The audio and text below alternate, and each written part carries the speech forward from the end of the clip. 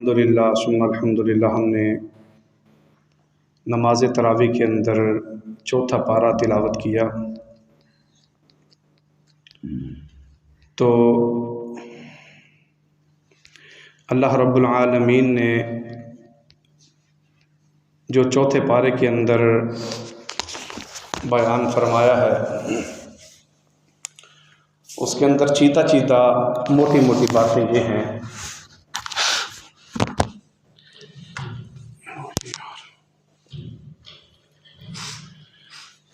फरमाया लन तनालुल बिर्रा हत्ता तुनफिकू मिम्मा तुहिब्बून। सबसे पहली जो बात अल्लाह रब्बुल आलमीन ने की है वो ये है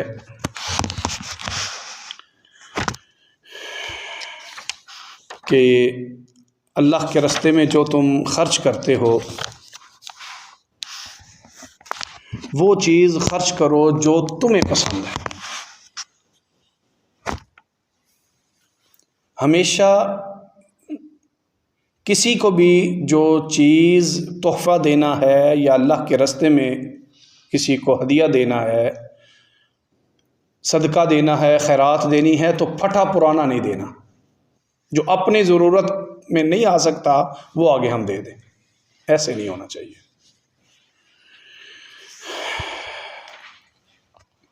और फिर इसमें अल्लाह ताला ने साथ ये भी फरमाया कि बैतुल्लाह शरीफ की फजीलत बहुत ज़्यादा है कि जिसके घर का तवाफ़ करने के लिए यहाँ से पूरी दुनिया से लोग जाते हैं और फिर हज बैतुल्लाह करते हैं, उसके घर की फजीलत बहुत ज़्यादा है। और हज बैतुल्लाह जो है ये एक आप लोगों पर, मुसलमानों के ऊपर फ़र्ज़ है। और आगे अल्लाह ताला ने फिर दूसरे रुकू के अंदर ये इरशाद फरमाया कुल या अहलल किताब लिमा तकफुरूना। अल्लाह फरमाते हैं अहले किताब को अल्लाह ताला दावत दे रहे हैं, ये आपस में लड़ते और झगड़ रहे थे, फितने पैदा कर रहे थे। जब इस्लाम के अंदर जौक दर जौक लोग शामिल हो रहे थे, उस वक़्त औस और खजरज ये बहुत बड़े कबीले थे। ये दो कबीले भी मुसलमान हो गए। मुसलमान होने से पहले ये आपस में ऐसे लड़ते थे, ऐसे झगड़ते थे, इसका कोई शुमार नहीं। जब ये मुसलमान हो गए तो इस्लाम एक ऐसा दीन है कि जो मिला के बिठाता है, तफरक़े नहीं डालता। इनके पास से एक यहूदी गुज़रा, मुनाफिक गुज़रा, यहूदी गुज़रा, तो कहने लगा, उसके दिल के अंदर आग लग गई कि ये अजीब बात है भाई, ये पहले इतना लड़ने वाले आज ये आपस में मिल बैठे हुए हैं, इतनी मोहब्बत है इनके अंदर। और यहूद का किसी वक़्त भी ये दिल नहीं किया, मुनाफिकीन का ये कभी दिल नहीं किया कि ये मुसलमान आपस में मिल बैठे, इस्लाम ताकतवर हो जाए, इनका दिल नहीं करता था। तो जब उसने देखा कि मुसलमानों के अंदर इतनी मोहब्बत पैदा हो गई आपस में, तो ये इतने मुत्तफ़िक़ हो गए हैं, ये साइड पे हो के ना, तो जो मुनाफिकीन का काम होता है वो शुरू कर दिया। इसको बाद में औस को एक साइड पे ले गया, खजरत को एक साइड पे जाके ना एक दूसरे के कान भरे और कहा कि तुम तो वही नहीं हो जो पहले एक दूसरे के बारे में तलवारें उठाते थे, तो आज अब अपने बाप दादा को छोड़ गए हो। ये वो बड़ी बातें सुनाई। जब उनके दिल के अंदर नफरत पैदा की एक दूसरे के खिलाफ, वो फिर आपस में लड़ाई झगड़ा करने शुरू हो गए। मुसलमान करीब था कि तलवारें निकाल के एक दूसरे की गर्दनों को उड़ा देते। जब रसूलुल्लाह सल्लल्लाहु अलैहि वसल्लम को पता चला तो आका अलैहिस्सलाम फ़ौरन तशरीफ़ लाए और आके फरमाया, ये क्या? अल्लाह ताला ने कुरान नाज़िल फरमाया या अय्युहल्लज़ीना आमनू तक़ुल्लाह हक़्क़ तुक़ातिही, अल्लाह से डर जाओ, क्या कर रहे हो? वला तमूतुन्ना इल्ला व अंतुम मुस्लिमून, अगर तुम इस हालत में मर गए तो मुसलमान नहीं रहोगे। वअतसमू बिहब्लिल्लाहि जमीआ वला तफर्रकू, अल्लाह की रस्सी को मजबूती से पकड़ लो, आपस में तफरकाबाजी ना करो, छोड़ दो ये लड़ाई झगड़े। तो ये आयात अल्लाह ताला ने उस वक़्त नाज़िल फरमाई। ये उस वक़्त भी यही था कि लड़ाई झगड़े मत करो, दीन के अंदर तफरकाबाजी मत फैलाओ, नफ़रत और तआस्सुब मत फैलाओ, जो असल हक दीन है उसको फैलाओ, उसी को बताओ। आज भी हमारे लिए भी यही है कि जो कमा हक़्क़ुहु दीन है उसको ही लोगों तक पहुँचाया जाए, तफरकाबाजी को ना फैलाया जाए। यहाँ पे एक और बात आती है, जो बात समझ आ जाए या जो ज़ुबान में ख़याल में आ जाए उसको बयान करना अच्छा होता है। आज अक्सर लोग अहले हदीसों को कहते हैं कि ये इख्तिलाफ़ात पैदा करते हैं, लड़ाई झगड़े पैदा करते हैं, ये नफ़रत पैदा करते हैं। मुझे ये बताएं कि अल्लाह ताला का कुरान कहता है वमन अहसनु क़ौलन मिम्मन दआ इलल्लाहि, और उस बंदे से बेहतर और कौन सा बंदा है जो तुम्हें दावत ही देता है तो सिर्फ अल्लाह की देता है। अहले हदीस का भी यही अक़ीदा है कि या तो अल्लाह रब्बुल आलमीन का और मोहम्मद रसूलुल्लाह का नाम लेते हैं, तीसरा किसी की दावत नहीं देते कि हमारे बाप की, हमारे दादा की, हमारे बड़ों की, हमारे जो असातिज़ा की, और बैत करो, ये करो, वो करो। कोई ऐसा नहीं है। जब अल्लाह और उसके रसूल से बढ़ के कोई नहीं है तो कोई नहीं है। हमारी दावत यही है, कोई तफरका नहीं है, कोई फ़िरका वारियत नहीं है, ना कोई देवबंदी, ना कोई बरेलवी, ना कोई अहले हदीस, ना कोई वाबी, ना कोई शिया। सारा कुछ छोड़ के आ जाओ मोहम्मद रसूलुल्लाह की तरफ, मोहम्मदी बन जाओ बस। हम ये नहीं कहते, अल्लाह की कसम मैं भी ये नहीं कहता कि कोई भी बंदा अपने आप को अहले हदीस कहलवाए, कोई ना कहलवाए अहले हदीस, अपने आप को मोहम्मदी कहलवाओ और मोहम्मद रसूलुल्लाह के तरीके पे अमल करो।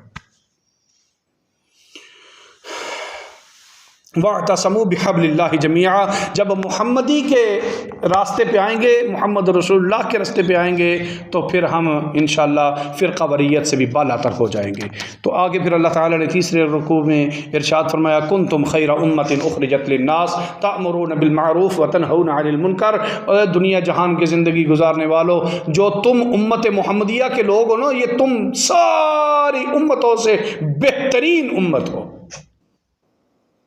पूरी कायनात के अंदर जितने भी अंबिया हैं, सारी 1,24,000 अंबिया में से सबसे बेहतरीन जो उम्मत है वो तुम्हारी उम्मत मुहम्मदिया है सल्लल्लाहु अलैहि व आलिहि वसल्लम। उसकी वजह क्या है? क्या वजह है, क्यों ये उम्मत मुहम्मदिया सबसे बेहतरीन उम्मत क्यों है? उसकी वजह यह है कि तुम्हारे अंदर एक जो खुसूसियत है ना, वो दूसरी उम्मतों में नहीं है। वो खुसूसियत क्या है? तुम लोगों को नेकी का हुक्म देते हो और बुराई से मना करते हो। जहाँ पे नेकी है वहाँ पे लोगों को कहना कि आओ नेकी करो, जहाँ पे रोकना है, मना करना है, ये गंदा काम है, बुरा काम है, वहाँ पे तुम लोग रोकते हो। और अपने अंदर ये बात ज़हन में बिठा लें कि जिस बंदे के अंदर ये आदत होगी वो उम्मत मुहम्मदिया के अंदर होगा, और जिस बंदे के अंदर ये आदत नहीं है बुराई से मना करने वाली और नेकी का हुक्म देने वाली, वो उम्मत मुहम्मदिया का बंदा नहीं है। क्योंकि उम्मत मुहम्मदिया की निशानी ये है, कुरान कहता है उनकी निशानी ये है खैरा उम्मतिन उखरिजत लिन्नास तामुरून बिल मारूफ, लोगों को नेकी का हुक्म देते हो, बुराई से मना करते हो। ये उम्मत मुहम्मदिया की खास निशानी है। अल्लाहु अकबर। आगे अल्लाह ताला ने इरशाद फरमाया या अय्युहल्लज़ीना आमनू ला तत्तखिज़ू बितानतम मिन दूनिकुम, के अंदरूनी और बैरूनी साजिशों से बचो, मुनाफिकीन से बचो। इधर के उधर चले गए, उधर के इधर आके, इधर की खबरें उधर पहुंचाने वाले, उधर की खबरें इधर पहुंचाने वाले, आपस में लड़ाई झगड़ा डलवाने वाले, इन लोगों से बचो। और आगे 5वें रुकू में अल्लाह ताला इरशाद फरमाते हैं व इज़ गदौत मिन अहलिका तुबव्विउल मुमिनीन मक़ाइद लिल-क़िताल। यहाँ पे अल्लाह ताला का ये बयान है कि ग़ज़वा उहद के अंदर, यहाँ से ग़ज़वा उहद का आगाज़ हो रहा है कि सफ़ बंदी करो। जब तुम सब्र और तकवा के साथ, हर जगह पे अल्लाह ताला ने तकवे का फरमाया है, हर जगह पे कोई भी इबादत ले लें, कोई भी इबादत ले लें, हर इबादत के अंदर अल्लाह ताला ने फरमाया इसका मकसद तकवा है। हज का मकसद तकवा, ज़कात का मकसद तकवा, कलमे का मकसद तकवा, नमाज का मकसद तकवा, रोज़े का मकसद तकवा, जिहाद जो इस्लाम के ईमान की चोटी है उसका मकसद भी तकवा। अगर अल्लाह से नहीं डरना तो कोई फ़ायदा नहीं है तुम्हारी इबादत का। अल्लाहु अकबर। यहाँ पे अल्लाह ताला 5वें रुकू में इरशाद फरमाते हैं कि सब्र और तकवा इख्तियार करो। ग़ज़वा उहद का मार्का शुरू होने लगा है, तो इसलिए आप लोग सब्र के साथ और अल्लाह से डरते हुए इंशाअल्लाह वक़्त गुजारेंगे। तो अल्लाह ताला ने आगे फरमाया वलक़द सदक़कुमुल्लाहु वअदहु। यहाँ पे भी यही ग़ज़वा उहद की बात अल्लाह ताला ने बयान फरमाई, जिसके अंदर अल्लाह ताला ने वादा किया था कि मैं तुम्हें कामयाबी अता फरमाऊँगा फ़रिश्तों के साथ। अच्छा, ग़ज़वा उहद क्या था? ग़ज़वा उहद के अंदर ये इस्लाम की दूसरी जंग थी। पहली ग़ज़वा बदर थी और दूसरी जंग थी ग़ज़वा उहद। ग़ज़वा उहद के अंदर टोटल मुजाहिदीन जो थे मुसलमान, वो उनकी तादाद 1000 थी और उधर काफिरीन की, कुफ़ार की तादाद 3000 थी। उनमें से मुसलमानों की तादाद में से जब रसूलुल्लाह सल्लल्लाहु अलैहि वसल्लम ने अपने सहाबा से मशवरा किया कि मुझे बतलाइए कि जिहाद अपने मदीने के अंदर रह के करना है या बाहर जाके करना है, तो कुछ सहाबा कहने लगे कि अपने इलाके के अंदर ही रह के करते हैं, और कुछ जो नौजवान थे, यंग खून जो था, वो कहने लगे अल्लाह के रसूल हमें मौका दें, हम इनकी जाके सफ़ों को उखेड़ दें, बाहर जाके जिहाद करते हैं। उनके अंदर एक जज्बा था। तो रसूलुल्लाह सल्लल्लाहु अलैहि वसल्लम ने नौजवान खून की बात को पसंद फरमाया और बाहर निकल गए। जो अंदर का मशवरा दे रहे थे उनमें से एक यहूदी भी थे, मुनाफिकीन भी थे, अब्दुल्ला बिन उबई।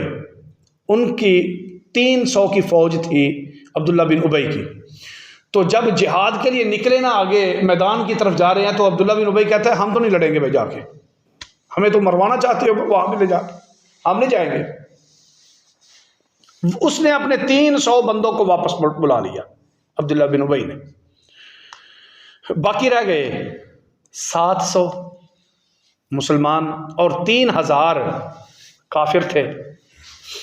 तो वहाँ पे अल्लाह के रसूल सल्लल्लाहु अलैहि वसल्लम ने सफ़ बंदी फरमाई। सफ़ बंदी के दौरान नबी अलैहिस्सलाम ने कुछ सहाबा का जो है आप हुक्म दिया कि ये जो दर्रा है इसको नहीं छोड़ना, जंग जीते या। तो जब सहाबा ने देखा कि जंग तो जीत गए हैं, काफिर भाग रहे हैं, तो ऐसा करते हैं कि अब जाके माल गनीमत उठा लेते हैं। उन्होंने वो दर्रा छोड़ा, वो जगह छोड़ी और आके कुछ सहाबा आके वो माल गनीमत उठाना शुरू हो गए। तो पीछे से जो काफिरों का सरदार था खालिद बिन वलीद, उसने देखा कि मुसलमानों ने अपना दर्रा छोड़ दिया है, अब इनके ऊपर दूसरी तरफ से हमला किया जाए। वो अपनी फ़ौज को लेके घोड़सवारों को इनके ऊपर हमला कर दिया। तो अचानक जब हमला हुआ, इनकी सफ़ें उखड़ चुकी थी, तो फिर ये दोबारा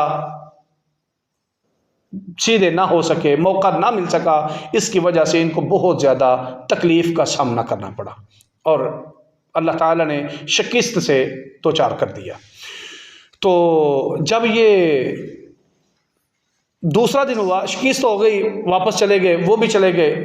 अब मुसलमान इनके जज्बात थे कि हम जीती हुई जंग को हार गए हैं, सिर्फ एक छोटी सी बात की वजह से कि अल्लाह के रसूल की फरमाबरदारी नहीं की। इतनी ज़रूरत है, इतनी ज़रूरी है रसूलुल्लाह की फरमाबरदारी। छोटी सी बात है कि दर्रा नहीं छोड़ना, बस गलती होगी, छोड़ दिया तो नुकसान हो गया। अब दूसरा जब दिन हुआ तो अल्लाह के रसूल सल्लल्लाहु अलैहि वसल्लम ने अपने सहाबा को फरमाया कि जल्दी से अपनी तलवारें पकड़ो और निकलो दूसरे दिन। इतने में सहाबा इकराम रिज़वानुल्लाहि अलैहिम अजमाइन ने अपनी तलवारें वगैरह पकड़ के तो मुशरिकीन और कुफ़ार के पीछे चढ़ दौड़े कि वो अभी करीब ही होंगे उनको पकड़ ले पीछे से जाके। वो उनके पीछे जब गए तो वो इतनी देर से निकल चुके थे, भाग गए हुए थे। जब उनको पता चला कि मुजाहिदीन और मुसलमान पीछे से दोबारा हमारे ऊपर चढ़ाए हैं, अब उनकी सफ़ें टूट गई और मोरल डाउन हो गया, थक गए, डर गए कि ये तो इतनी ताकतवर है। बहरहाल ये अल्लाह ताला ने चौथे सिपारे के अंदर जो है ग़ज़वा उहद का अल्लाह ताला ने तज़किरा फरमाया, जिसकी तमाम तर बातें जो हैं ग़ज़वा की जिहाद की इसके अंदर मौजूद हैं। आगे सूरत निसा शुरू हो जाती है। सबसे पहली आयत अल्लाह ताला इरशाद फरमाते हैं, या अय्युहन्नास इत्तक़ू रब्बकुमुल्लज़ी ख़लक़कुम मिन नफ्सिन वाहिदा। ए ईमान वालो, ए लोगो। यहाँ पे अल्लाह ताला ने ईमान वालों को नहीं मुखातिब किया, आम दुनिया के जितने भी लोग हैं ना सबको मुखातब कर दिया है। सिर्फ ना मोमिन है, ना काफिरों को, ना मुशरिकीन को, किसी को नहीं, सबको मुखातिब किया। फरमाया या अय्युहन्नास इत्तक़ू रब्बकुमुल्लज़ी ख़लक़कुम। जितने भी तुम लोग हो, तुम सबको मैंने आदम की औलाद से ही पैदा किया है, आदम से ही पैदा किया है मैंने। चाहे मुसलमान हैं, मुशरिकीन हैं, काफिर हैं, यहूदी हैं, ईसाई हैं, कोई भी हैं, वो सारे आदम की औलाद हैं। एक जान से हमने तुमको पैदा किया है। और उसके बाद फिर वबस्सा मिनहुमा रिजालन कसीरन व निसाआ, फिर हमने मर्द भी पैदा किए, औरतों को भी हमने पैदा किया। तो बताने का मकसद क्या है कि तुम सारे एक बाप की औलाद हो, तो मिल के रहो, आपस में भाई हो। किस वजह से एक दूसरे को कहते हो कि ये माड़ा है, मैं तगड़ा हूं, ये कमजोर है, मैं पावरफुल हूं, ये गरीब है, मैं अमीर हूं? किस बात से तुम्हारे अंदर अकड़ है भाई? बाप तो तुम्हारा एक है, मां तुम्हारी एक है, और जहां से वो पैदा हुआ है वहां से तुम भी पैदा हुए हो। अकड़ किस चीज की है? अल्लाहु अकबर। फिर फरमाया व आतुल यतामा अमवालहुम। अपने यतीम जो बच्चे हैं ना उनका ख्याल रखो। होता ये है कि उस वक्त ये होता था, आज भी होता है कि यतीम बच्चों को पाल लिया, फिर उनकी जब शादियां करनी हैं तो हक महर उनको नहीं देना कि हमारे अपने पालतू हैं, हम इनको क्या दें, इनके ऊपर हम खर्चा थोड़ा करते हैं। तो अल्लाह ताला फरमाते हैं ये गलत है। यतीमों का हक दो, उनको जो हक है उनको दो। अगर नहीं दोगे तो गुनाहगार होगे। कोई भी हक हो जाए, विरासत का हक हो तब भी, और निकाह तलाक का हक हो तब भी, या वैसे मामलात हो, यतीमों का हक खाना हराम है और गुनाह है और जहन्नम का अजाब बनेगा। आगे अल्लाह ताला फरमाते हैं व आतुन निसा सदक़ातिहिन्ना। औरतों को उनके हक महर दो। जब उनके साथ शादी करो ना तो उनका हक दो।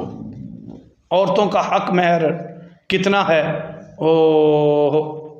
हम शादियों पे लाखों रुपए खर्च कर लेते हैं, जब औरत की हक महर की बारी आती है तो मौलवी साहब पूछते हैं भाई हक महर कितना है? लिख लो जी, 2 शरीयत के मुताबिक है, लिख दो। शरीयत के मुताबिक की है 32.5 रुपये। और भाई जो तुम ढोल ढमक्के कर रहे हो ये शरीयत के मुताबिक कर रहे हो। जो तुमने इतनी लाइटें और रात की मेहंदी के ऊपर लाखों रुपए खर्चा कर दिए ये शरीयत के मुताबिक की है। इतनी फजूल खर्चियां खाने के ऊपर कर रहे हो ये शरीयत के मुताबिक कर रहे हो। और जब औरत के हक महर की बारी आती है तो उस वक्त शरीयत याद आ जाती है। मौलवी साहब 5000 ही बड़ा है जी। इन्ना लिल्लाहि व इन्ना इलैहि राजिऊन। अपनी ताकत के मुताबिक उसको हक महर दो। ये 5-10 हज़ार ये क्या है? अगर बंदे ने 10 लाख रुपए अपनी शादी पे लगा दिया है तो उसका 10,000 हक महर बनता है। जिसके लिए सारा कुछ तुम कर रहे हो उसके लिए 10,000 ही निकल रहा है भाई तुम्हारे साथ, तुम्हारे पास से। जितना ज्यादा हक महर हो सकता है उतना ज्यादा हक महर दो औरत को। अल्लाह अकबर। और यहाँ पे औरतों के हुकूक की अल्लाह ताला ने बड़ी सख्ती से बातें की हैं इस सिपारे के अंदर कि औरतों का बहुत ज़्यादा ख्याल रखो, औरतों का बहुत ज़्यादा ख्याल रखो। और अल्लाह ताला फिर आगे फरमाते हैं यूसिकुमुल्लाहु फी औलादिकुम लिज़्ज़करि मिस्लु हज़्ज़िल उन्सयैन। यहाँ पर आ जाता है वरासत का तज़किरा कि वरासत तक़सीम करो, लाजमी करो। अच्छा, यहाँ पे हमारे मुआशरे में एक बहुत बड़ी गलती है, लोगों बात अगर सुननी है तो अमल के लिए सुनो। वैसे अगर फॉर्मेलिटी पूरी करनी है तो वो हम जिंदगी में पहले कर रहे हैं। शायद कि किसी एक नेकी की वजह से हमारी कब्र जन्नत के बागों में से बाग बन जाए। ये जो हमारी वरासतें हम वरासतें आजकल तकसीम करते हैं ना, अपनी ज़िंदगी में तकसीम कर जाते हैं, ये मेरे बड़े बेटे के लिए है, ये मेरे छोटे बेटे के लिए, ये है वो है। ज़िंदगी में वरासत तकसीम करना ये किसी हदीस शरीयत में नहीं है। अपनी ज़िंदगी में वरासत को तकसीम करना, मरने के बाद वरासत होती है, जिंदा होने के बाद तो, ज़िंदगी के वक्त वरासत है ही नहीं। जब बंदा जिंदा है तो वरासत किस चीज़ की है? वरासत तो मरने के बाद है। अल्लाह अकबर। और हमारे लिए लम्हा फ़िक्रिया, एक बहुत बड़ा लम्हा फ़िक्रिया ये है कि हम अपनी बेटियों को वरासत नहीं देते। यही हमारा माल, हमारी जायदाद, हमारी ज़मीनें, हमारा ये मालो मता क़यामत वाले दिन ये सारा हमारे लिए तौक बन जाएगा, जहन्नम का तौक बन जाएगा, जिनको हम अपने लिए संभाल के रखते हैं और छोड़ के वैसे ही चले जाते हैं। बेटियों को हक नहीं देते। और जहन में क्या है, जहन में क्या है कि उनकी शादियों पे खर्चा नहीं हो जाता। मैं बड़ा लफ्ज़ नहीं बोलता, तो बेटे क्या लगते हैं फिर?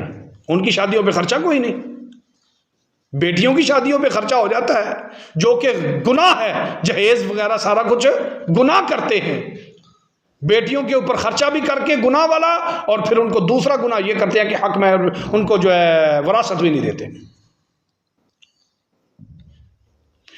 बेटियों को जो बंदा वरासत नहीं देता उनकी कब्र कभी ठंडी नहीं होगी, ये याद रखना। ये फर्ज है बेटियों को वरासत देना, हक दो उनका। और जो बंदा फौत हो जाता है ना, फौत हो जाता है, एक हमारे अंदर एक और रिवाज है, बड़े अजीब अजीब हमारे अंदर रिवाज है। ये है कि मैंने अपना मकान बनाया ना अलग, अपने भाइयों से मैं अलग हो गया हूँ, मैंने अपना हिस्सा लिया, मैंने अलग अपना मकान बना लिया, खूबसूरत कोठी बनाई, जो भी गाड़ी बंगला बैंक बैलेंस सारा कुछ मैंने रखा। तो उसके बाद वक्त गुजरता है, मैं फौत हो जाता हूँ।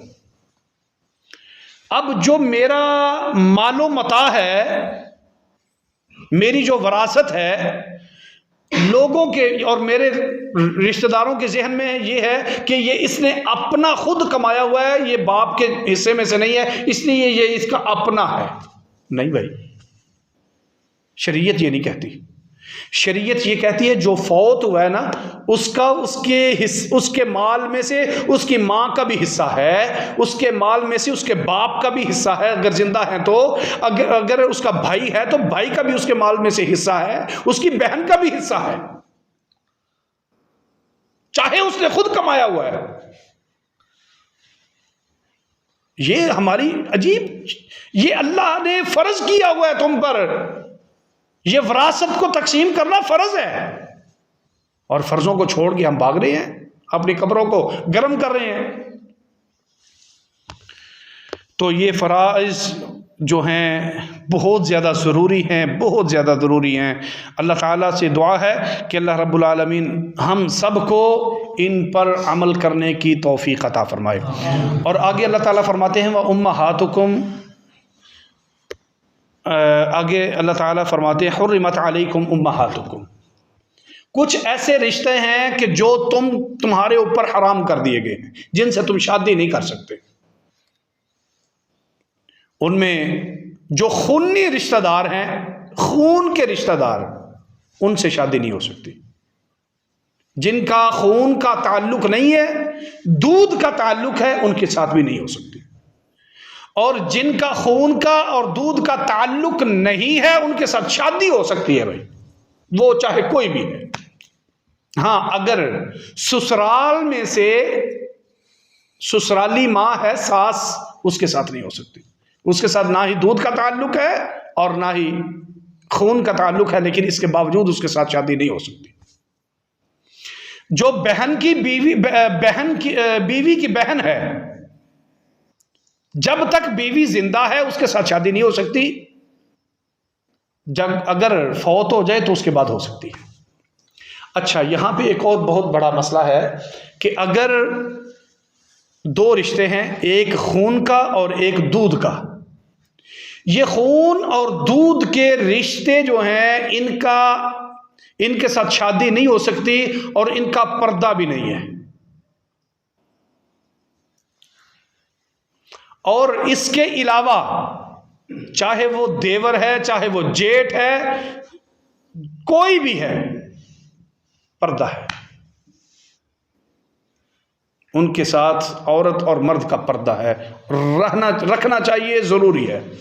और हालांकि जो हमारे घरों के अंदर जेठ और देवर रहते हैं ना, हमारे घरों के अंदर ही रहते हैं। अल्लाह, मेरे पैगंबर अलैहिस्सलाम ने फरमाया, अलहमुल मौत, ये देवर जो है ना, ये जेठ और देवर, ये औरत के लिए मौत है। इनसे पर्दा किया करो। हमारे मजाक ही नहीं खत्म होते भाई, हमारी भाभियों के साथ मजाक ही नहीं खत्म होते। अल्लाह कहता है कि इनसे बचो, ये मौत है तुम्हारे लिए। जितनी ही सख्त बातें हैं उतना ही सख्त अजाब भी होगा। तो अल्लाह ताला से दुआ है कि अल्लाह रब्बुल आलमीन हम सब को कुरान और हदीस पर अमल करने की तौफीक अता फरमाए। आखिर दावाना अनिल हम्दुलिल्लाहि रब्बिल आलमीन। किसी का कोई सवाल हो तो वो बंदा पूछ सकता है।